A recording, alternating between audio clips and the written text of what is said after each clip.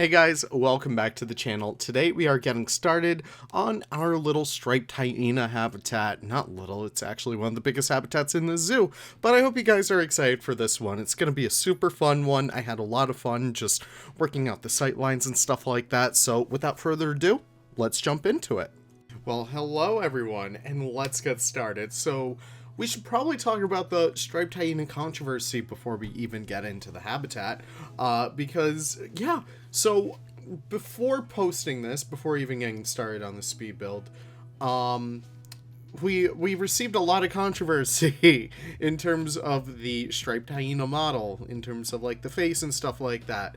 And it was only a couple days ago where Eltonin actually posted that the team will be looking into it. So I will address that right off the bat and say that I will be hopefully doing like a comparison video. I would love to do that actually, and just be able to compare the two models if they are able to rework them. We didn't get a definite like yes they are reworking them or no they aren't, but really we're not sure just yet. So it's going to be super interesting to see, you know, just how it's going to look. But still, I really do like these guys. I think it was just a bad screenshot. Maybe some colorations in the face were off, but overall, I'm pretty satisfied with the kind of product that we got out of these animals. And I'm super happy with how well they move, with how well they're kind of like, you know, able to traverse their environments. They look stand up, and I really do like them because of that. Really excited for our mod comparison video too, because that's going to be good. I completely forgot that that's something that I do. So I should probably get that map all set up for when I actually do get in there. But yeah. Talking about the striped hyena habitat, I really wanted this to be one of the bigger habitats in our zoo, and I really wanted it to be very nice and very kind of lengthwise long. Hyenas, they typically require a lot more bigger habitats than the other animals in this zoo, and that's something I really wanted to take into account when working for these guys. So I have this dry moat in between this area, and I also have climb-proof fences all the way throughout the rest of the areas. We'll do those later down the line. Masani actually made this beautiful workshop set that I'm going to be using for those. So stay tuned for that. And I also have the puff adders in here as well. I really wanted to include exhibit animals with pretty much every single habitat, more or less, as we make our way throughout the zoo, because I never build for exhibit animals, and I really want to challenge myself to do it, because there's like this whole slurry of animals that I never use, and I really want to push myself to use them a lot more. So that's exactly what we're kind of going for here today. So it's just super fun being able to manage that. Again, another thing that I'm doing throughout this zoo is custom curbing. In case if you guys are new here, I both love and hate custom curbing. I love the way it looks because it really results in a much more cleaner atmosphere. It really results in a much more unique look for your zoos.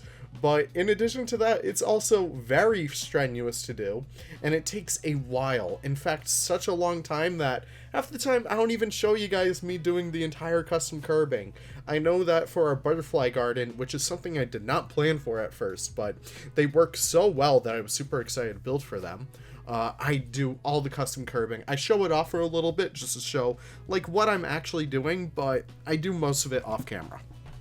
And again, working throughout this area, in another concept I touched upon in the last video, is creating natural barriers. So obviously you can see these fences are kind of hoppable. That's kind of like, it's kind of an in-joke in our little community that, you know, is the fence hoppable or not at a zoo and something like that. But usually they are because that usually provides the best way. Here's those custom climb-proof fences, really awesome pieces. But usually fences are hoppable in zoos, and usually there's ways that it really subliminally prevents guests from hopping them in the first place, and one of those are natural barriers. So be it moats, be it prickly plants, like for example, I just use the cacti right over there. It's a really awesome way to keep guests out of those areas. And again, we're working back here in a bit of a holding facility. Nothing really too crazy, but I did want to kind of copy the style of the main buildings from before. So that's kind of what we're working with right back there. And I did want to make this nice, beautiful black trim really stick out. I didn't want the building itself to stick out because I really wanted this to kind of be subtle, because I don't really like to make the holding areas the focus of a build. I really want the focus to be on the animals and the environment that they're in, and the theming as well, if I do have theming in there, which we do put in for the actual puff adders. I'm not sure if I do it in the episode or not, so bear with me, but I did kind of like decorate the top of their exhibit with a whole bunch of like safari trash is kind of what I'm going for. So barrels, crates, and stuff like that. But you can see I really wasn't happy with the actual viewing area at first. It just felt a little bit too boring. There were too many gaps, so I kind of fixed that up a little bit. But getting to work on the actual interior of the habitat was a blast. I really don't like to build big enclosures too much anymore. I usually find they take way too long, they're too repetitive. I can't really have too much fun in them. And usually I like to build for fun. Listen, I like to play video games for fun. Planet Zoo is a video game. If I'm not having fun, what the hell am I doing in it? So that's a lot of the reasons why I don't like to do big animals. I'm really considering doing the blue wildebeest habitat though, because they really are such gorgeous animals. I feel like, maybe I can make an exception for these guys, but I'm not really sure just yet. We'll have to see. But we can see that I'm getting very, very familiar with all these new plants. The buffalo grass is incredible, the blue stem is incredible, and there is that red oak grass that I never use.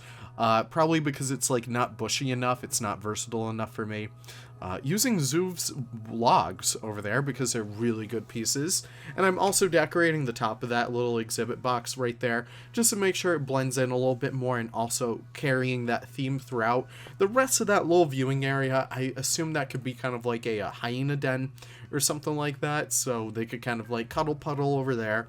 It's usually what you see like with dogs and cats in zoos. They like to have their little cuddle puddles. I always think that's super fun to have right there. So making our way throughout here, and I'm also adding the rest of these grasses. Hyenas really wouldn't tear up their habitat too much. They really wouldn't do that. So I'm adding these intermediary kind of spurts of grass throughout the entire habitat. A lot of the times, though, you will see pace trails with these animals. It doesn't necessarily mean that they are stressed, but it's usually areas where they frequent a lot. So I do try and take that into account, where some areas are a lot more grassier than others.